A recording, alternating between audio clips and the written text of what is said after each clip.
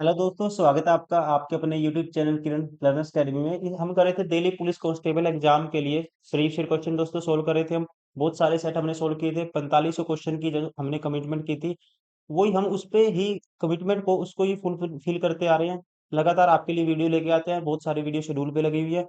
अगर आपने वो वीडियो नहीं देखी, आप वो भी देखिए, आपके लिए काफी यूजफुल होंगे ये क्वेश्चन। आपका जो सिलेबस है, मोस्टली जो रिपीटेड क्वेश्चन है वो आपके कवर होंगे। साथ ही साथ दोस्तों इतने सारे क्वेश्चन दिल्ली पुलिस कांस्टेबल में पूछे गए हैं, जनरल अवेयरनेस के और जीके कह सकते हैं, करंट अफेयर कह सकते हैं, और साथ ही साथ रीजनिंग, मैथ्स, कंप्यूटर, सारे क्वेश्चन इतने सारे रिपीट हो चुके हैं कि आपका सिलेबस तो बहुत सारा रिवाइज हो ही जाएगा, और साथ ही साथ आपको क्वेश्चन एग्जाम में भी सेम टू सेम पैटर्न पे देखने को मिल सकते हैं। तो चलिए अभी टाइम वेस्ट ना करते हुए अभी स्टार्ट करेंगे इसका सेट नंबर 28 का। इससे पहले हमने किए थे, इसके दो पार्ट कवर किए थे। फर्स्ट पार्ट में पहले 50 क्वेश्चन जो जनरल नॉलेज के रहते हैं, सेकंड पार्ट में 51 to 75 रहता है रीजनिंग। अभी है ये इसका third part, numerical ability question number 76 to 90 तक। इसके बाद इसका लास्ट पार्ट में हम कवर करेंगे इसका कंप्यूटर। लास्ट के 10 क्वेश्चन 91 से लेके 100 तक रहते हैं कंप्यूटर के। तो चलिए अभी स्टार्ट करते हैं इसका न्यूमेरिकल एबिलिटी। पहले आप खुद से ट्राई करेंगे, हर क्वेश्चन को सोल्व करेंगे, प्रैक्टिस करेंगे, उसके बाद आपको सोल्यूशन देखना है। अगर इस तरह से करोगे आप एग्जाम में भी आपको फिर काफी हेल्प मिली होगी, और आप क्वेश्चन को जल्दी से जल्दी सोल्व कर दोगे, आपको टाइम नहीं लगेगा। क्वेश्चन नंबर 76, उस त्रिभुज का क्षेत्रफल कितना है जिसकी भुजाओं की लंबाई 9, 40, 41। सबसे पहले देखेंगे आप, 9, 40, 41 है, भुजाएं क्या है दोस्तों? 9, 40, 41। क्या 9, 40, 41 ट्रिपलेट बनाते हैं? अब 9 का स्क्वायर दोस्तों 81 होता है। 40 का स्क्वायर करता हूं मैं, 1600 होगा, पता ही है। 1681, और 1681 क्या होता है? ये 41 का स्क्वायर होता है। तो इसका मतलब ये ट्रिपलेट बनाते हैं। जैसे मान लो आपको नहीं पता, मैं शॉर्ट ट्रिक बताता हूँ। 41 का आपको स्क्वायर निकालना है, आपको नहीं आता। ये देखना है ये 9 से कितना कम है, सॉरी 41, 50 से कितना कम है? 50 बेस है, यहाँ पे बेस किसके पास है? ये 50 के पास है। 50 से ये कितना कम है? 9 कम है, तो आपको 9 का स्क्वायर कर देना है 81। अब ये 50 से जितना कम है ना, उतना ही आपको 25 में से माइनस कर देना है। 50 के हाफ में से उतना ही माइनस कर देना है। 50 से 9 कम है, 25 में से 9 माइनस करूंगा दोस्तों, ये आएगा 16। तो इसका मतलब 1681 हो गया 41 का स्क्वायर है। यहाँ पे कह सकते हैं पहली दो बुझाए 9 का स्क्वायर और 40 का स्क्वायर, ये भी 1681 आता है, और 41 का स्क्वायर भी 1681 आता है। तो ये कब होता है? ये होता है राइट एंगल ट्रायंगल में। एक भुजा 9 है, एक 40 है, और अगर ये 9 है ये 40 है दोस्तों, कर्ण कितना होगा? ये होगा 41 फिर, क्योंकि इन दोनों का स्क्वायर इसके बराबर है। कह सकते हैं हाइपोटेन्यूज क्या होगा? 41 होगा। लंब परपेंडिकुलर 9 होगा, और बेस होगा 40। अब किसी भी ट्रायंगल का एरिया निकालना हो, ये होता है 1/2 बेस 40, या मतलब इनमें से दोनों की मल्टीप्लाई आएगी, चाहे बेस इसको मानो या इसको मानो। 1/2 बेस इंटू हाइट, दो पे काटेंगे 20 आएगा, 20 डिम्मा 9 दूनी 18, 180 होता है। तो एरिया आएगा ट्रायंगल का 180 सेंटीमीटर स्क्वायर। राइट आंसर होगा ऑप्शन फर्स्ट। क्वेश्चन नंबर 77, किसी डीलर द्वारा एक पुस्तक को 500 रुपए में बेचने पर उसे 25% का लाभ होता है। वह दू, वह दूसरी वस्तु को 10% की हानि पर बेचता है, और कुल मिलाकर उसे न तो लाभ होता है न ही हानि होती है। उसे उसके लिए दूसरी वस्तु का क्रय मूल्य क्या था? देखिए दोस्तों, पहली वस्तु बेची उसने, क्या हुआ? उसको 25% का लाभ हुआ। तो आप कहेंगे उसने 4 की चीज 5 में बेच दी, 25% की फ्रैक्शन 1/5। अब देखिए, और लेकिन यहाँ पे तो लाभ हुआ था, 1 यूनिट का कितना हुआ है? 1 यूनिट का यहाँ पे प्रॉफिट है। दूसरी वस्तु पे क्या होता है दोस्तों? उसको होता है 10% की हानि होती है। कितने की हानि होती है? 10% की हानि होती है। और ओवरऑल उसको ना तो प्रॉफिट हुआ, ना ही उसको हुआ लॉस। यहाँ पे 10 की चीज ये बेचता है, कह सकते हैं 10% की हानि पे, यहाँ पे 1 यूनिट का लॉस हो गया उसको। अब 5 यूनिट, एसपी स्टार्टिंग में 500 था दोस्तों, तो 1 यूनिट की वैल्यू 100 आएगी, 100 गुना इसका। तो इसका मतलब सीपी था 400। सीपी कितना था दोस्तों? आप कहेंगे 400 था। अब दूसरी का मुझे सीपी नहीं पता, इसको मान लेता हूँ रेशियो में एक्स, एक्स मान लेता हूँ, इसको 9x मान लेता हूँ। अब ना तो लॉस होना चाहिए ना ही होना चाहिए, उसको प्रॉफिट होना चाहिए। तो हम कह सकते हैं दोनों का सीपी कितना होगा दोस्तों? यहाँ पे दोनों का सीपी बराबर होना चाहिए दोनों के एसपी के।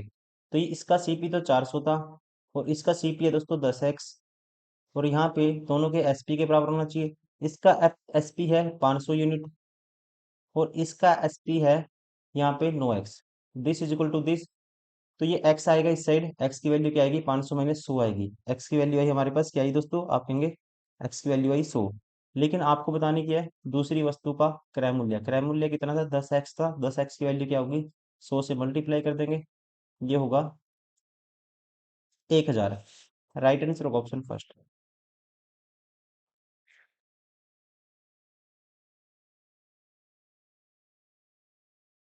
Question number 78। माना कि n तीन अंकों का धनात्मक पूर्णांक इस प्रकार है कि n का इकाई अंक अभाज्य है। n का दोस्तों इकाई अंक क्या होना चाहिए, अभाज्य है। और n के सभी अंकों का गुणनफल भी अभाज्य है। देखो n के कितने संभावित मान होंगे, तो कोई भी अभाज्य संख्या आपको करना क्या है, तीन अंकों का धनात्मक पूर्णांक इस प्रकार है। तीन अंकों का क्या है दोस्तों, धनात्मक पूर्णांक है। n की इकाई का अंक क्या है, अभाज्य है। अभाज्य संख्या होंगे अगर एक यूनिट डिजिट का कौन कौन सा हो सकता है, इकाई का अंक हो सकता है दो, अभाज्य संख्या है। इकाई का अंक तीन भी हो सकता है, इकाई का अंक दोस्तों पांच भी हो सकता है, इकाई का अंक दो कह सकते हैं, पांच के बाद सात, उसके बाद नौ, तो अभाज्य संख्या नहीं होगा। यही पॉसिबल है चार अंक इकाई के। अब देखिए n के सभी अंकों का क्या आना चाहिए दोस्तों, प्रोडक्ट का गुणनफल भी अभाज्य आना चाहिए। तो इसका मतलब अभाज्य लेना है। लास्ट आपको ये अभाज्य रख दिया मैंने एक यहाँ पे, सभी n के सभी अंकों का गुणनफल क्या आना चाहिए, अभाज्य होना चाहिए। तो यहाँ पे अगर इसको एक से मल्टीप्लाई कर देते हैं, फिर एक से मल्टीप्लाई कर देते हैं, तो प्रोडक्ट क्या आएगा, अभाज्य आएगा। n के सभी अंकों का, एक तो ये हो गया नंबर, देखो तीनों नंबर प्रोडक्ट अभाज्य आएगा। तो ऐसे ये तीन पुट कर सकता हूँ यहाँ पे, फिर एक गुना एक, मैं पांच भी पुट कर सकता हूँ, फिर एक गुना एक मैं सात भी पुट कर सकता हूँ। और दोस्तों यहाँ पे कोई भी अंक लोगे आप स्टार्टिंग में, एक की जगह एक ही लेना पड़ेगा आपको, एक की जगह कोई भी अंक लेंगे तो फिर कह सकते हैं, फिर इनके एन के जो नंबर हैं इनका प्रोडक्ट क्या नहीं आएगा, अभाज्य नहीं आएगा। तो आपको वन वन ही यहाँ पे रखना पड़ेगा अगर इनका प्रोडक्ट क्या रखना है, अभाज्य रखना है।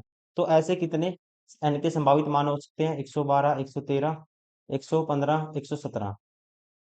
राइट आंसर होगा कितने, चार, ऑप्शन थर्ड। ऐसे ऐसे कितने नंबर बन सकते हैं, चार नंबर बन सकते हैं। Question number 79। अनिल की आय रमेश की आय से 18% अधिक है। ये है अनिल, ये है रमेश। अनिल की आय रमेश की आय से 18% अधिक है। रमेश की 100 है, इसकी 118 है। कहते हैं रमेश की आय अनिल की आय से कितने प्रतिशत कम है। रमेश की आय दोस्तों अनिल की आय से 18 कम है। अनिल की कितनी है, 118, इंटू में 100, साथ में परसेंटेज। अब इसको काटते हैं, दो पे काटेंगे 9 आएगा, और दो पे काटेंगे दोस्तों 59 आएगा। ये 900 को 59 से भाग करना है आपको। 900 को करना है 59 से भाग। 900 को किससे भाग करना है, 59 से भाग करना है। अगर यहाँ पे इसके मल्टीपल देखते हैं, तो पहले एक पे जाएगा, 59 एकम 59 होगा, बचेगा हमारे पास 30 और 31 बचेगा, फिर जीरो। दोस्तों आपको पता है 60 पंजा 300 होता है, तो फिर ये कितने पे जाएगा, 60 पंजा कितना होता है, 300 होता है। तो इसका मतलब फिर ये जाएगा 15 पे, 5 पे जाएगा, तो 15 पॉइंट समथिंग ही आएगा। राइट आंसर होगा ऑप्शन सेकंड। ऐसे भी कर सकते हो, जैसे 900 था, लगभग इसको 60 भी मानते हैं, जीरो से जीरो 6 पे काटेंगे, 15 छिक्का 90, तो 15 के आसपास है, तो डायरेक्ट आंसर आप कर सकते थे इस तरह से भी। Question number 80। 6 पदों का औसत 30 है। पहला पद पहले पहला पद शेष पदों के योग का दोगुना है। देखिए पहला पद है दोस्तों, मान लो x है, ये क्या है, शेष पदों के योग का, शेष पदों के योग का दोस्तों, पहला पद शेष पद का योग कितना बचेगा। तो यहाँ पे टोटल 6 पद हैं, तो एक मैंने ले लिया, पहला मान लिया x है। शेष पद का योग कितना बचेगा, शेष पद के पद का योग बचेगा, तो आप क्या करोगे, 6 18 180 माइनस कर देंगे पहला पद, ये बचेगा जो शेष पद बच गए उनका योग। और इसका जो पहला पद है ये क्या है, इसका दोगुना है, तो मतलब कि x की वैल्यू है ट्वाइस ऑफ 180 माइनस एक्स। तो पहला पद ज्ञात कीजिए, तो यहाँ x बराबर आएगा, दो से करेंगे गुना, 180 का डबल 360 आएगा। -2x, तो x उस साइड जाएगा, प्लस हो जाएगा, 3x की वैल्यू आएगी 360, तो x की वैल्यू क्या आएगी, 3 पे काटेंगे, 12 3 36, 120, x आएगा 120, पहला पद होगा 120, right answer option third.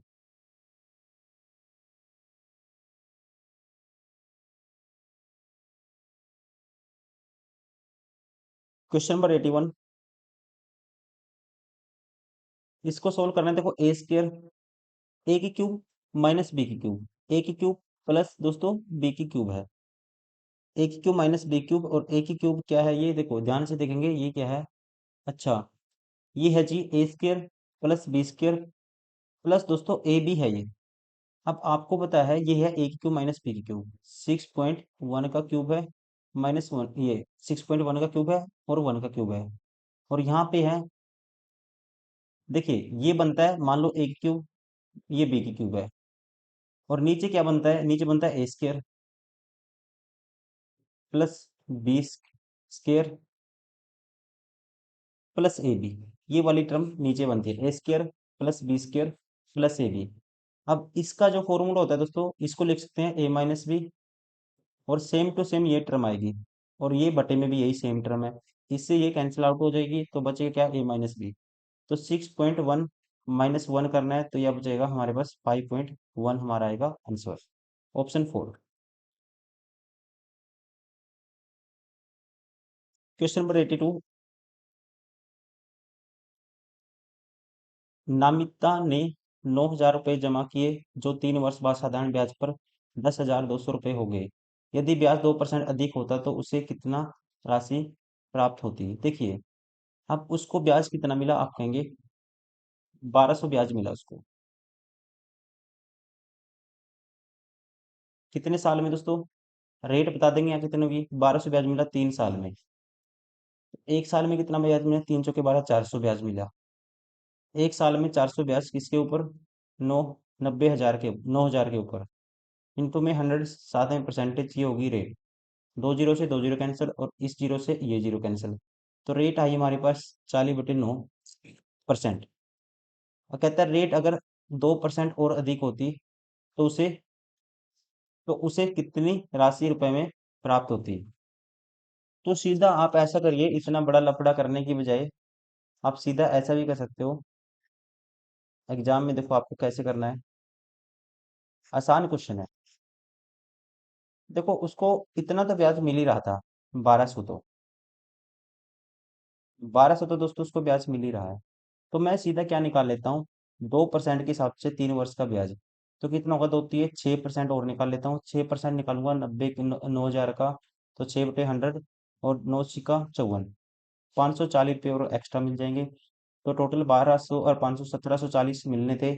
Principal अगर 9,000 है, 1740, अगर ब्याज है, और प्रिंसिपल कितना है 9,000, तो टोटल अमाउंट कितना हो जाएगा, आप कहेंगे अब की बार हो जाएगा 11, sorry 10,740, right answer option second.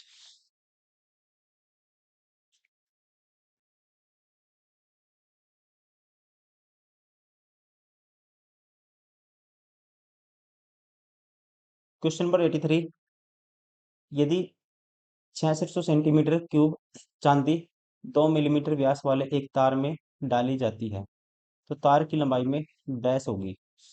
देखिए, कहता है if 66 centimetre cube of silver is drawn into a wire, एक वायर में कन्वर्ट कर दिया गया है इसको, जिसका डायमीटर क्या है, 2 मिलीमीटर है, then the length of the wire, आपको हाइट करना है। देखो वायर को कन्वर्ट करेंगे, वायर की जो शेप होती है सिलेंड्रिकल शेप होती है, वायर क्या है दोस्तों, कितनी है क्वांटिटी, 66 सेंटीमीटर क्यूब है, ये वॉल्यूम कह सकते हैं, ये किसके बराबर होना चाहिए, सिलेंडर के जो तार है उसके वॉल्यूम के बराबर होना चाहिए, क्योंकि तार से क्या बनाएंगे, पिघला के बनाएंगे, तो इसका मतलब ये सारी मेटल यूज होगी, इसका जो लिक्विड होगा मेटल का जब बनाएंगे तो इस शेप देंगे, तो वॉल्यूम हमेशा क्या रखते हैं, ऐसी कंडीशन में इक्वल रखते हैं, तो वॉल्यूम होता है सिलेंडर का, ये होता है पाई आर स्क्र एच। आर क्या है, 2 मिलीमीटर है, आर है जी 2 मिलीमीटर, तो 2 मिलीमीटर को आप मीटर में कन्वर्ट करोगे, तो ये आएगा 1/10 का सीधा स्क्वायर। आर की वैल्यू क्या आएगी दोस्तों, 2 मिलीमीटर को हम कन्वर्ट करेंगे मीटर में, ये तो व्यास था, आर 2 मिलीमीटर नहीं है, ये तो व्यास है, तो रेडियस क्या होगी, इसका आधी होगी 1 मिलीमीटर, और सीधा 10 से डिवाइड कर देंगे, कन्वर्ट कर देंगे इसको किस में, सेंटीमीटर में। अब आर का स्क्वायर करेंगे, पाई आर स्क्वायर होता है, ये 1/10 इंटू 1/10 आएगा। एच की वैल्यू आपको बतानी है, एच मान लो एच ही है, ठीक है। एच क्या होगा, हाइट लगा लो या तार की जो लंबाई होगी। अब ये आएगा दोस्तों 22×3 = 66, 3×7 = 2100, 2100 सेंटीमीटर क्या आ गई हमारे पास लंबाई तार की, या कह सकते हैं हाइट आ गई। अब आपको बताना है यहाँ पे मीटर में बताना है, लंबाई मीटर में क्या होगी, मीटर में बताना है, तो 100 से इसको डिवाइड कर दो, ये आएगा 21 metre. Right answer option second.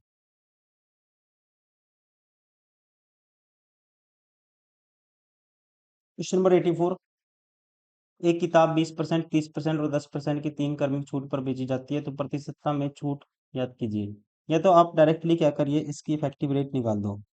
क्या निकाल दो, इफेक्टिव रेट। कैसे, जैसे 30 और 20 की निकालता हूँ इफेक्टिव रेट, इतनी छूट दी, तो ये दोस्तों क्या होता है, x plus y minus x into y divide by 100%। तो ये आएगा x% प्लस y%, मतलब minus x into y divide by 100%। तो ये 30 और 20 50, माइनस 30 गुना 20 600/100, 6 50 - 6 44% आई। इन दोनों से ओवरऑल डिस्काउंट कितना आया, इफेक्टिव इक्विवेलेंट डिस्काउंट आया 44%। अब 10% से इसका निकाल दो, तो 44 और 10 = 54% होगा, माइनस होगा 44 गुना 10/100 सातवें परसेंटेज। तो 0 से 0 4.4 माइनस करना है इसमें से, 4.4% आपको माइनस करना है किसमें से, 54 में से 4 माइनस कर दो 50 होगा, फिर 0.4 माइनस कर दो 49.6% आएगा। Right answer option first. Question number 85। P और क्यू अलग अलग किसी काम को 30 दिन और 45 दिनों में कर सकते हैं। पी कार्य आरंभ करता है और 5 दिनों तक अकेले कार्य करता है, फिर क्यू उसके साथ लग जाता है और वह 6 दिनों तक साथ कार्य करते हैं, उसके बाद पी कार्य छोड़ देता है, तो उस कार्य का कितना भाग बचा हुआ है। देखिए, पी करता है किसी काम को 30 दिन में, इस काम को, और क्यू करता है इसी काम को 45 दिन में। टोटल काम मान लेते हैं, इन दोनों का एलसीएम होगा 90। तो ये 30×3 = 90, 45×2 = 90। पी एक दिन में 2 करता है, ये एक दिन में, पी एक दिन में 3 करता है और क्यू एक दिन में 2 करता है। अब पी कार्य आरंभ करता है, 5 दिनों तक अकेले कार्य करता है। पी एक दिन में दोस्तों करता है 3, 5 दिन में कर देगा, 3 से मल्टीप्लाई कर देंगे इतना काम। अब कहते हैं फिर क्यू उसके साथ लग जाता है और 6 दिनों तक एक साथ कार्य करते हैं। पी प्लस क्यू एक दिन में करेंगे, 3 और 2 5 कम, 6 दिन में करेंगे, 5 को 6 से गुना कर देंगे, काम हो गया इतना। इसके बाद 6 दिनों तक कार्य करते हैं, जिसके बाद पी कार्य छोड़ देता है, उस समय कार्य कितना भाग बचा हुआ है। जब पी ने काम छोड़ दिया 6 दिन करने के बाद इसके साथ, क्यू के साथ, तो अब काम बताना है कितना बचा है। देखो हो कितना गया, 6×5 = 30, 5×3 = 15, 45 हो गया दोस्तों। तो बचा कितना हुआ, टोटल 90, इतना बचा हुआ है टोटल काम का। तो 45×2 = 90, 1/2 मतलब 0.5 काम बचा हुआ है। Right answer option third. Question number 86। The ratio of the sixth and seventh terms of the sequence 1 6 10। देखिए, ऐसे क्वेश्चन में आपको रेशियो बताना है, छठे और सातवें पदों का अनुपात ज्ञात कीजिए। देखो यहाँ पे डिफरेंस लेते हैं, 2 का डिफरेंस है दोस्तों, फिर 3 का डिफरेंस है, फिर 4 का डिफरेंस है, तो फिर 5 का डिफरेंस होगा तो 15 आएगी नेक्स्ट टर्म, फिर 6 का डिफरेंस होगा, 15 से 21 आएगी।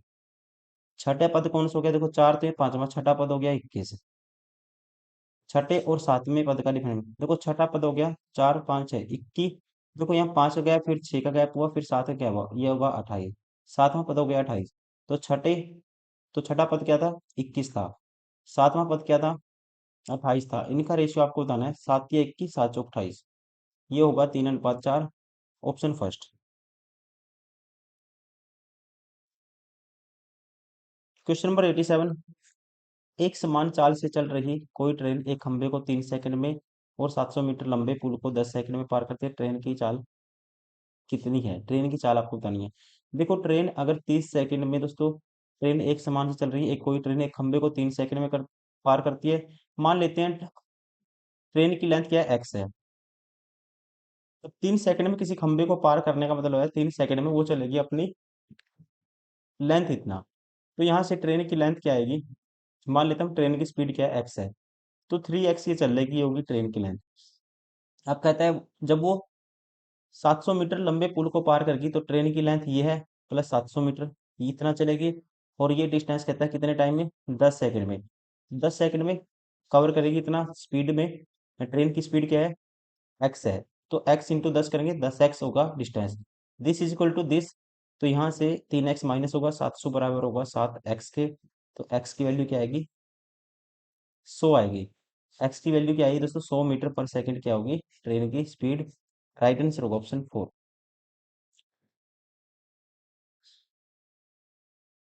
क्वेश्चन नंबर 88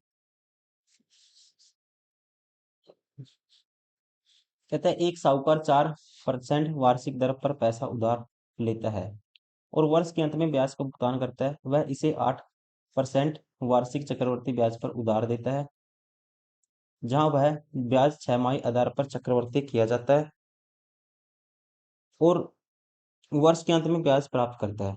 इस तरह से उसे 166.4 रुपए का लाभ होता है, तो उसके द्वारा उधार ली गई राशि ज्ञात कीजिए।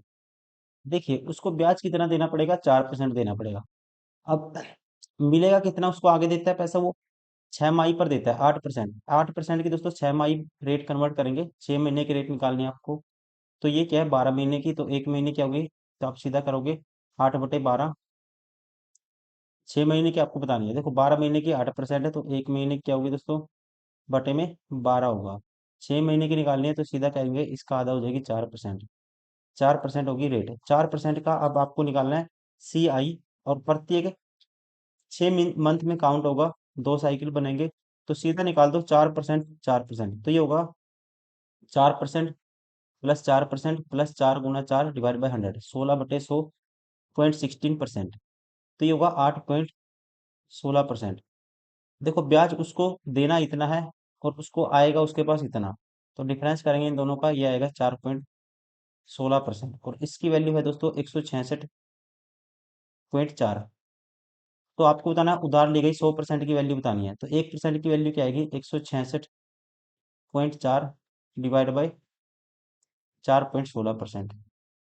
4.16, 100% की निकालें, 100 से गुना कर देंगे। अब देखिए इसका एक पॉइंट के नाम का 10 नीचे आएगा, और इसका दोस्तों पॉइंट ये 16 है, 4.16, इसका 100 ऊपर जाएगा। अब ये आपको बताना है क्या आएगा, अगर मैं काटता हूँ ये जाएगा 16 चौके 64 होता है, 400 चौके 1600, 4 पे जाता है ये, और इस जीरो से ये जीरो कैंसिल होगी, तो ये आएगा 4 के आगे 3 जीरो, मतलब कि 4000। प्रिंसिपल क्या था, 4000 है। राइट आंसर होगा ऑप्शन सेकंड।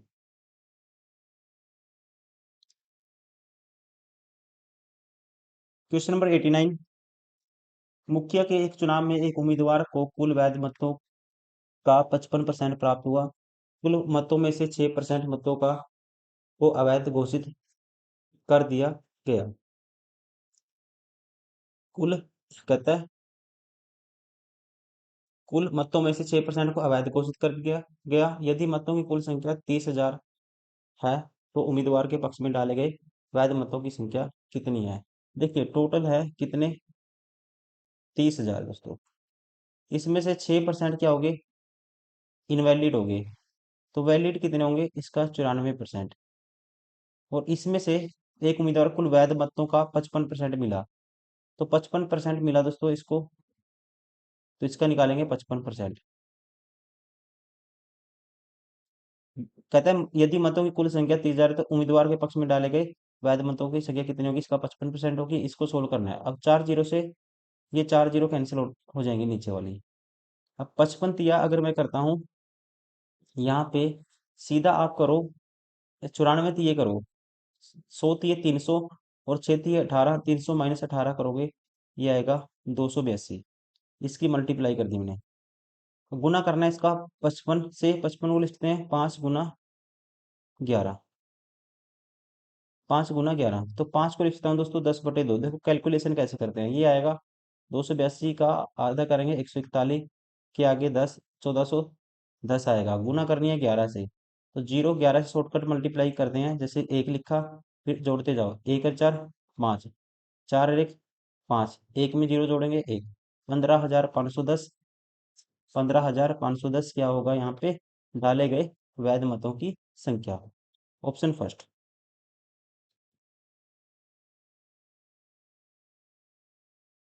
क्वेश्चन नंबर 90, 57 और 99 दोनों को सम्मिलित करते हुए के बीच अभाज्य संख्याओं का औसत कितना है। इनके बीच जो अभाज्य संख्याएं आएंगी उनका औसत आपको बताना है। देखिए सबसे पहले, अब 57 भी संख्या नहीं है अभाज्य है, 99 भी नहीं है, इनको सम्मिलित करते हुए कह रहा है।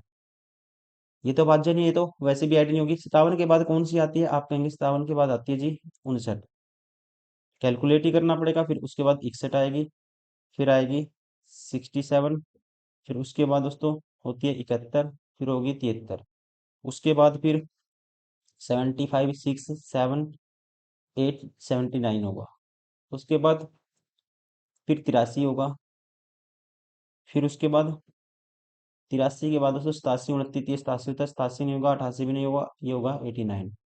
उसके बाद 89 के बाद 90, 91, 92, 93, 94, 93 नहीं होता, 31, 30, 93 होता है, क्योंकि 94, 95, 96, फिर होगा जी 97। अब उसके बाद 98, 99 नहीं है, इनका औसत निकालना है। देखिए एक मिनिमम वैल्यू आप इसको मान लो कोई भी, मैं मान लेता हूँ इन दोनों की मिडिल वैल्यू मैं 70 मान लेता हूँ। औसत क्या है जी 70 है दोस्तों, 70। अब देखता हूँ 70 से कौन कितना एक्स्ट्रा लाया, कौन कम लाया। अब 70 पे से यहाँ पे दोस्तों 11 कम आया 59 में, यहाँ पे 70 से 9 कम आया, यहाँ पे 70 से 3 कम आया, यहाँ पे 70 से एक कह सकते हैं एक्स्ट्रा आया, यहाँ पे दोस्तों 70 से 3 एक्स्ट्रा आया, यहाँ पे 70 से 9 एक्स्ट्रा आया, यहाँ पे 70 से 13 एक्स्ट्रा आया, यहाँ पे आएगा दोस्तों 70 से 19 एक्स्ट्रा आया, और यहाँ पे आया एक्स्ट्रा कितना, 70 से 17 एक्स्ट्रा आया। 70 से 97 गए, कितना एक्स्ट्रा आया, आप कहेंगे सॉरी, यहाँ पे आया दोस्तों एक्स्ट्रा कितना, हाँ 19 एक्स्ट्रा आया यहाँ पर, लेकिन यहाँ पे जाएंगे 19 नहीं आया, यहाँ पे कितना आया 70 से 27 एक्स्ट्रा आया, 27 होगा ये। अब देखिए, अब 11 और 9, 20 और 3 23, माइनस के 23 है, और ये हो गया 9 और 3 12 और एक 13, 23 माइनस दोस्तों 13 करेंगे तो बचा माइनस के 10 बच गया, माइनस के 23 था। अब -10, ये इसको मैं +3 कर देता हूँ, 10 भी कैंसिल आउट हो गया।